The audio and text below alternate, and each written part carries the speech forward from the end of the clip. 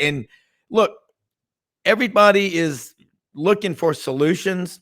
At least they're looking for solutions, because if you're going to complain about something that you want something fixed, you better have a solution. Okay.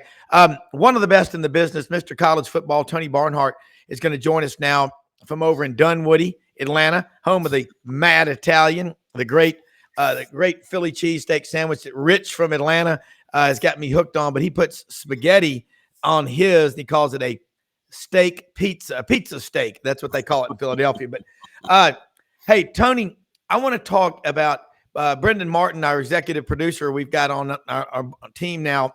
We've met before. How you doing, Tony? I'm doing well, Brendan. Thank you. Good to see you, sir. You bet. Yeah. And you know, Brendan, I don't know if you have read or seen or heard about Tony's book, The 19 of Green. Oh, yeah. It's a great story.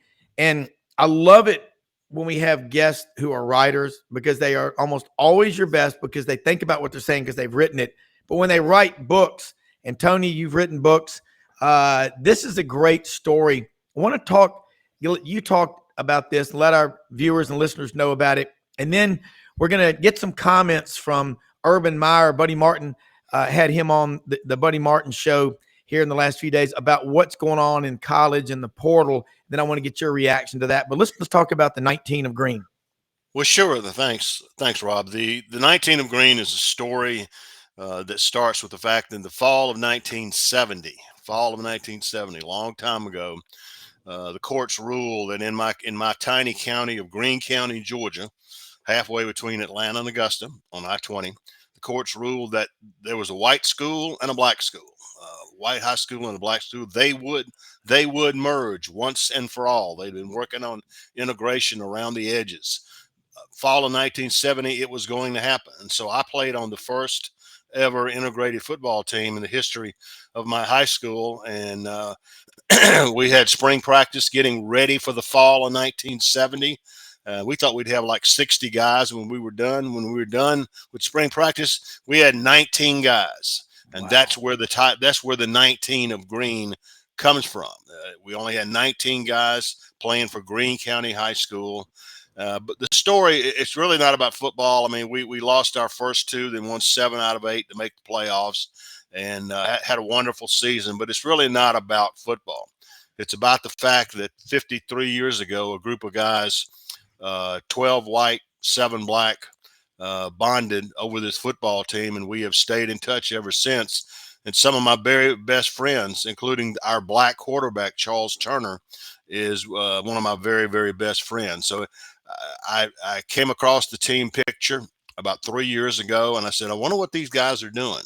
I said, is there a book here? And I talked to Charles Turner, my quarterback. He said, there's absolutely a book here, and only you can do it. Yeah. And so we did the book, and it's out now, and we're very, very proud of it. Well, in Tony, again, I always like to go back. The people that did Saturdays in the South, the 8-part series on SEC Network in the fall of 2019, and the editing on that and the cinematography on that was off the charts. But that view of, after World War II, the choices most young men in the South had: go back to work on the farms, in the factories, or college athletics. And you go back to how many people's lives were changed through sports. And then again, when we started to bring in black athletes in the late 60s, early 70s, that more than any federal decision ever pulled everybody together. And sports are what, I mean, I've never seen anything that's more unifying other than a great plate of food. And that's why I love that SEC Network show, True South, the food and the culture. I mean, I don't know how John T. Edge and Wright Thompson don't both weigh 500 pounds. I mean, my God, how fun is that? That's it. But your book, this is what's so neat. And you know what I mean? Like, after the games, outside the locker room, where the players come out and the coaches and all the families are there. This is what your book's really about. Is there's a lot of people from a little town like Dublin, Georgia, or Sandersville, or these little towns that not just the moms and dads and aunts and uncles and grandparents, so many people are pulling for these kids, and they may not even be a fan of that school, but they learn lessons at a young age about teamwork. And that's what your book's about. Is nobody gives a damn what color somebody is or anything like that.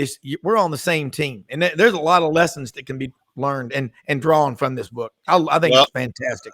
Well, thank you. And I'll tell you a story, Rob, is back on December 9th, we put together a book signing and a team celebration. We put it together in about 3 weeks.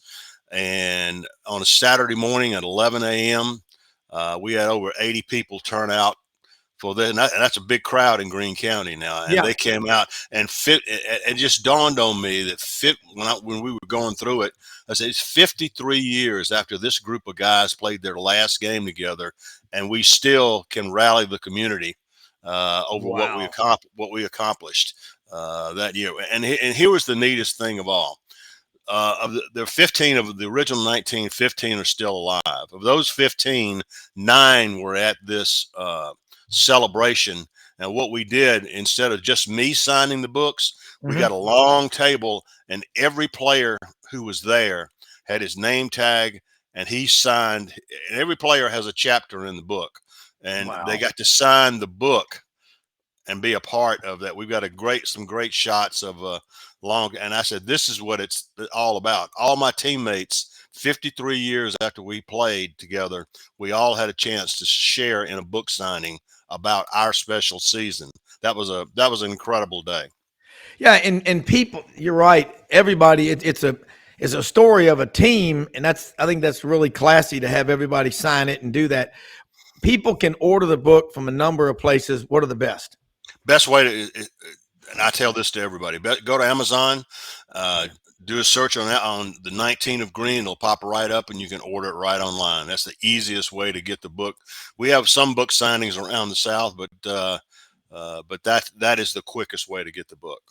Yeah, and another thing is, Brendan, like in Memphis, just Tony got an award this year, and I know he's into a lot of things, but what he does for touchdown clubs and quarterback clubs and going and speaking to them. John David Badur is listening right now out in here in Memphis, and Kim Gordon and guys in the touchdown club. But you promote college football and the good things for it. I thought your PowerPoint presentation back to kick off the college football season at the Touchdown Club in Memphis was fantastic. I mean, that you keep evolving and getting better and better and better. And even though you're not on CBS or SEC Network now, you're putting out even better work. You're putting out great columns and all. So thank you for sharing time with us. I want to get to something. Always give credit where it's due. You never, ever don't forget to do that. That's one thing that I learned. And it's funny now, Tony, our intern is a sophomore, William Halliday, for the Auburn Plainsman. And I told him about one of my professors who taught me radio, TV, and film writing in a lot of classes, Dr. George Plaskitas. I said, the guy was an all-SEC defensive end at Ole Miss in 1976. And he goes, Mr. Browne, he goes, he's one of my professors. I went, wow. There you go. Still there. But I want to get into the Buddy Martin had Urban Meyer on his show here in the last few days talking about the portal and everything going on in college football. And Brendan, if we could listen to those comments, and I want your reaction, Tony, because again, this is stuff I think will resonate with our audience. Yeah, just 1 second, Rob. I'm pulling it up. I was going to get into Mr. Barnhart's book here. I was going to copy the link in there so people can be able to. Yeah. I'll bring it in right now here. This is Urban Buddy the other day, Tony. You know their relationship well. And they do a show called Best Fridays in Football, and this is just an excerpt of that. We'll just play a minute of it here real quick, and you get a take on what Urban thinks about what's going on in the current status of the transfer portal and all that stuff. Here's Urban. Networking, maybe getting a less prestigious degree. Those are the concerns I have. Also, when programs are now saving scholarships for simply transfer portal players, that leaves a lot of high school players without scholarships. So the residual effect of this is, it's mounting. Like you said, there's there's over 1,000 players still in that transfer portal without a place to go, is what I was told. And you imagine being the parent of that player or an agent representing that player who encouraged them to transfer, and now they're left without a place to go. So there's a lot of residual that effects of these new rules, but there's also some great stuff that's happening. You know, the fact that the players deserve to get paid name and likeness. Absolutely, it's called capitalism. It's called the American way. But the cheating that's gone on with just I think it's called collectives, where just people give money and they give out the money to players for pay for play. You know, I'm still trying to put my hand around that one. Like, how is that legal? And I think Florida State is in trouble with it. But from my understanding is, you know, the old everybody does it. Everybody does do that. Yeah, that is good to hear Coach Meyer say that, because that's a thing that people are not talking about at all, is that with coaches holding back scholarships for the transfer portal guys, by definition, you can only sign 25. By definition, you're going to sign fewer high school players. It's really not all that complicated. And now all of a sudden, a guy who thought he was going to play at the FBS level is playing a level down. And so that is an issue. I don't know what the answer is to it, but he's absolutely right. That is an issue. Yeah, he's had to seemingly that, you know, he's laid off, because I've done the podcast with Buddy almost the entire football season, and he's sort of laid off commenting on it. I think just kind of, you know, get his vibe for it. But now we see, you know, that's for the first time he's really come out and said something, you know, bold about it, because I think it's obvious. But, you know, do you think that it chases, you know, Nick Saban off? Do you think it chases, you know, guys like Urban Meyer off? How do you think this is changing how coaching is being effective? Because coaches want to win, but now we have to have. Do we think we have to have a different kind of coach that's going to come in now? And what's your take on that, Tony? Well, there's no question that it's an issue. I don't think it drove Nick Saban out of coaching. I think Nick Saban decided the timing was right, and for him, he would rather leave a year too early than a year too late. So I think that was the thing with Nick Saban. And here's the thing: if you're a coach, you've got two options when you're faced with particularly the NIL stuff. You can either adjust and figure out how to make it work for you, or you can complain about it. Okay. Yeah. And in the history of college football, you guys know the history of the game.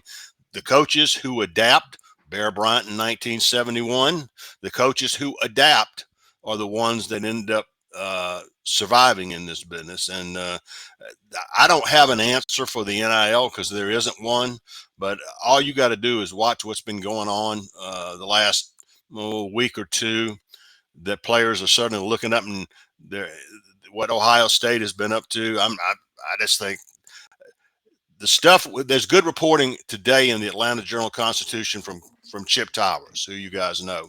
And he's got some good reporting, and there's no other conclusion to say that some of these Caleb Downs, and I don't keep up with this stuff, but there's no question with him going to Ohio State, there is very little doubt that he was told, whatever Georgia gives you in terms of an NIL deal, we will absolutely exceed it. And that's not the way it's supposed to work.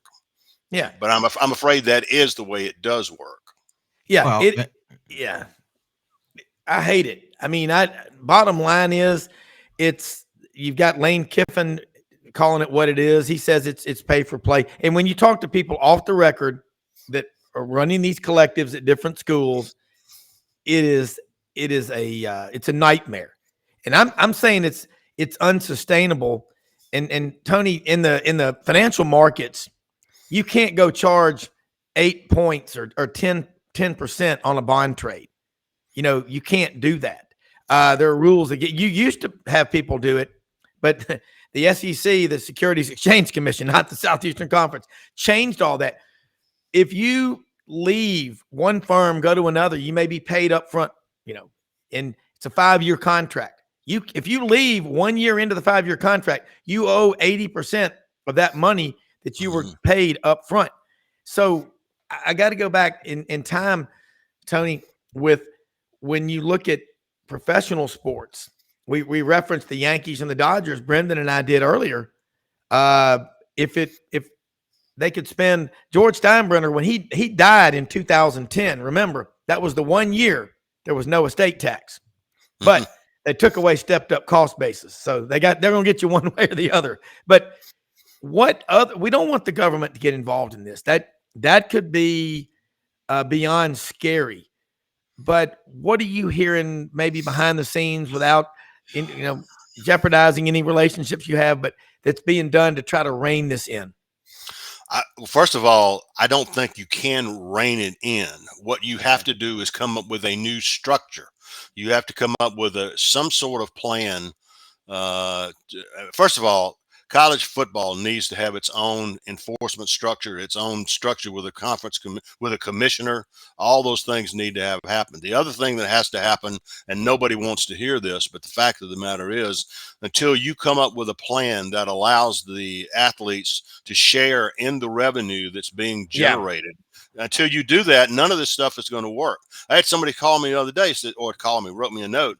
So why don't we give everybody $100,000 and be done with it? He said, well, let me explain you why that won't work.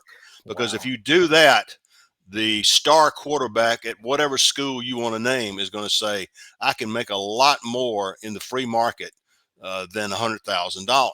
Well, but people say, well, we don't want that. And the courts are saying, it's not about what you want, college football fan or college football administrator. It's about what the law says you must do.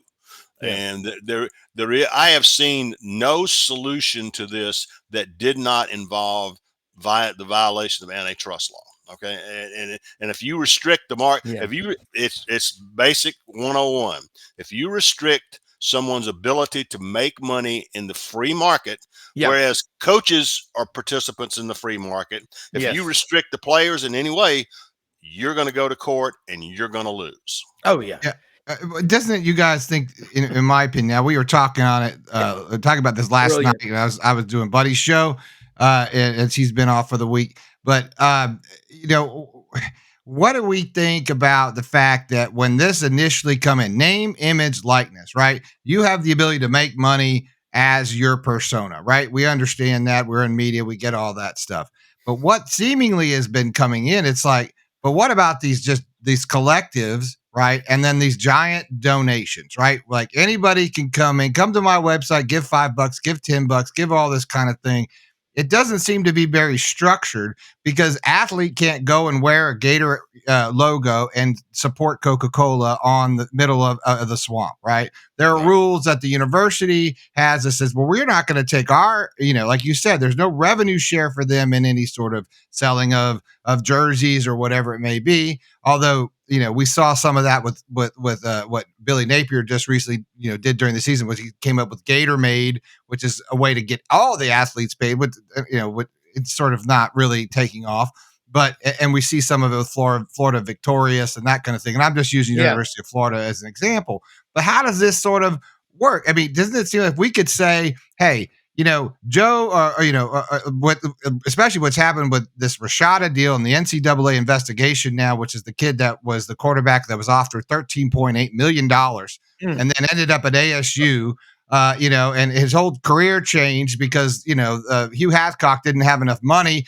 to give him the $300,000. I mean, you know what I mean? It got all of this convoluted mess. Now Florida's under investigation for something I don't think either they didn't know they were doing or not doing. Because some billionaires just want to, flex some muscle. So in my opinion, it's like, how do we start saying, hey, this is a corporate deal. You're making money. That's on you. You make that money. But, there's some rules to the road as far as how you can, sponsor. You can't wear your, Nike sneakers or whatever it may be, because that goes against something else.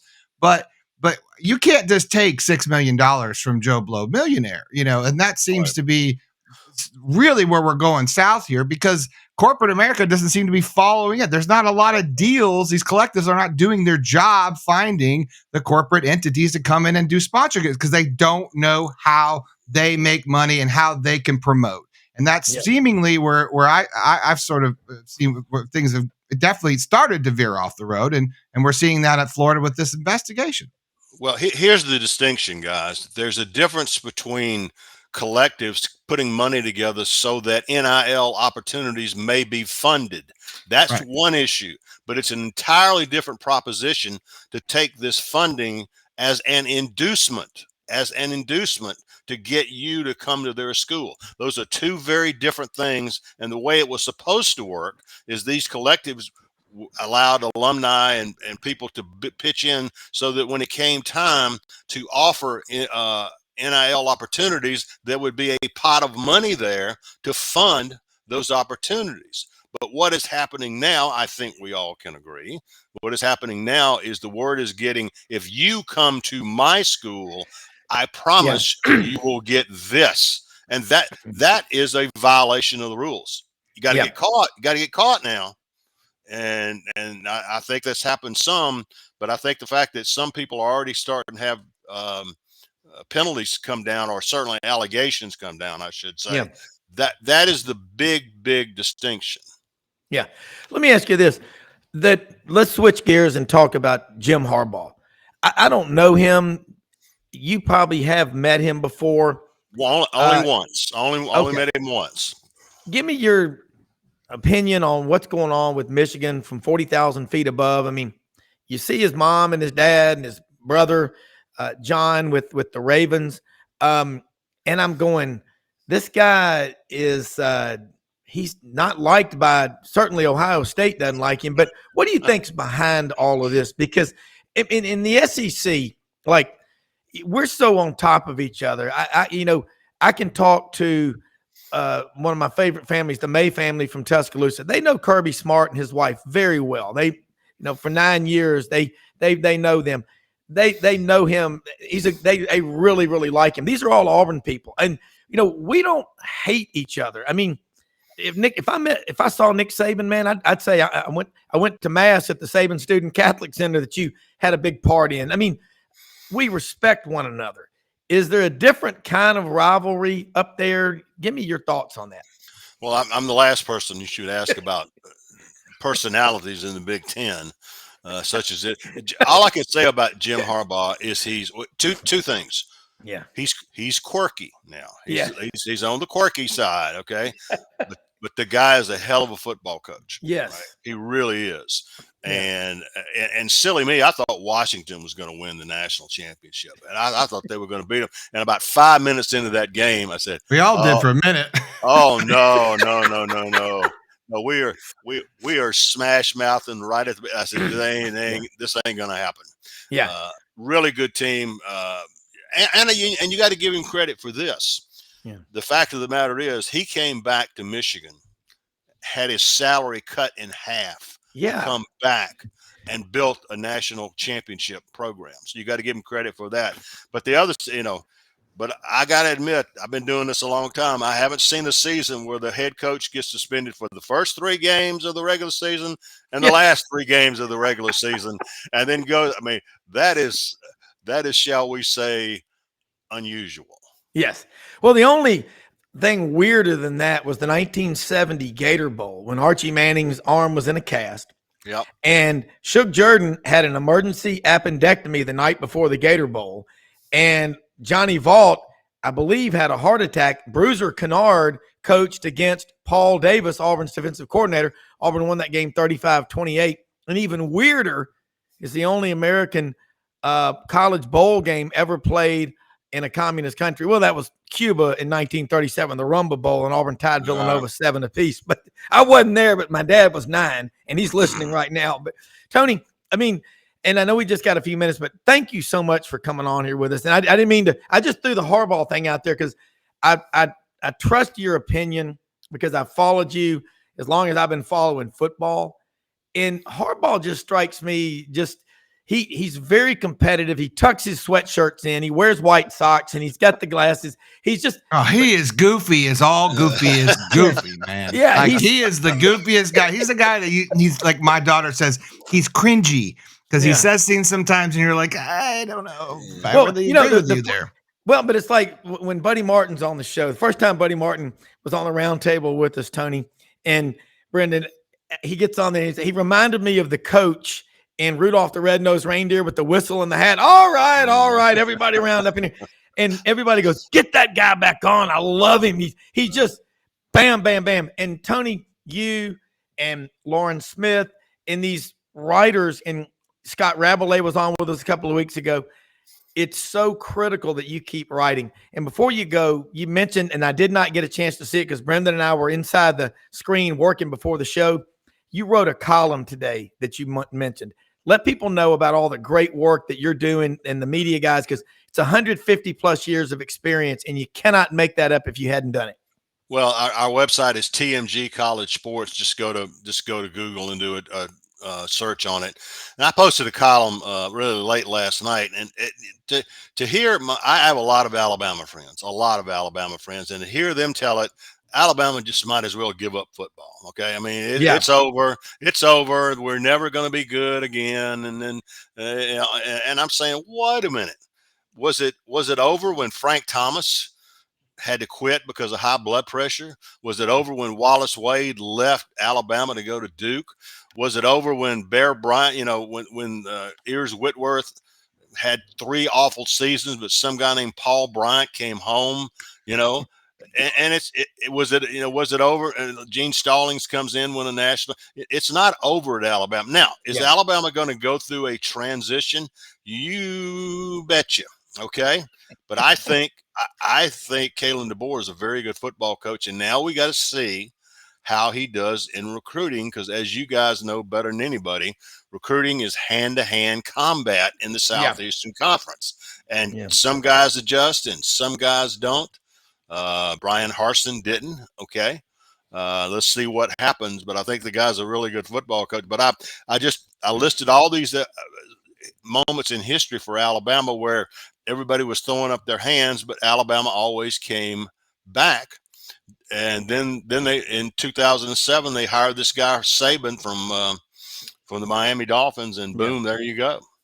Well, well, sorry, but we were talking to Urban about that same thing the other day, and we kind of posed the question. Well, how would you go about it? He said, well, how did you recruit Tim Tebow? He said, well, God, we talked in text all day long. We knew his parents, went to his living room, all that kind of stuff.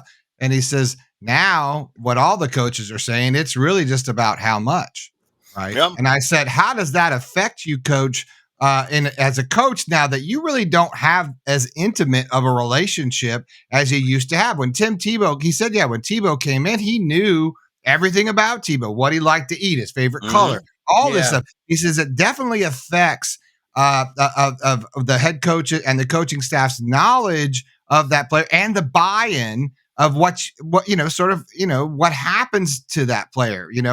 How do you promote them getting a college degree, being good men, all these sort of things. It definitely makes it just more of a I don't know, just sort of a clinical experience, like more of a not as close. And don't you think that would be true to some extent? Well, look at it this way. I think all the things that you mentioned, Brendan, about the interpersonal relationships and knowledge and all that, there's a place for all of that still. What that will do is that will get you in the door to be one of 3 finalists. Okay. Now you're in the house and there's 2 other coaches you're competing against. Now is when NIL kicks in. It's the decision maker. But if you don't do your homework, you're not even going to be among the list that the family's thinking about. Yeah, and I'll just say this, Tony, before you go. Think about Eddie Meat Cleaver Weaver, Nate Webster, Andre Pulpwood Smith. I mean, I'm an Auburn guy. I remember as much about Georgia, because if I hadn't gotten into Auburn, I was going to go to Georgia or Clemson. That's always, not that I'm saying I love those rivalries and those schools, but think about Hugh Nall and those guys. When they get together for a reunion, how close those guys are compared to the guys today. When you fight and sacrifice and bleed with one another, like the book, The 19 of Green, Brendan, awesome job. That's why we hired him as our executive producer. Now we got the graphics up here. By the way, guys, if you're seeing this right here, you click on this QR code. It's going to take you to the Amazon link that Tony was talking about, and you can buy the book. You just take your phone, click right on it, and if you see it in chat room, you can click on the link, and it'll take you right to where you can buy the book. It's I've read actually part of it. It's a great read, and if you care about all this stuff, it's worth it. So just letting everybody know, just cue on that QR code and Tony's going to give me 50% of all earnings. So there you go. There you go. Well, I'm just impressed that all of us know what a QR code is. So, hey man, you know me. I know all this stuff. I'm the brains behind the Buddy Martin, right? So yes, and we love it. I mean, hey, listen, but Tony, you know what I mean about those guys getting together, how tight they are. I mean, I lived in Columbus and Auburn for 9 years, right there in the bi-state area, the bi-cities. But that's what you want. That's what you think about. But your book is awesome, and we're going to talk about it again every time you're on, and other books that you're going to write in the future. But thank you so much for being on here with us today. And again, let them know how they can follow you and all the great work you're doing.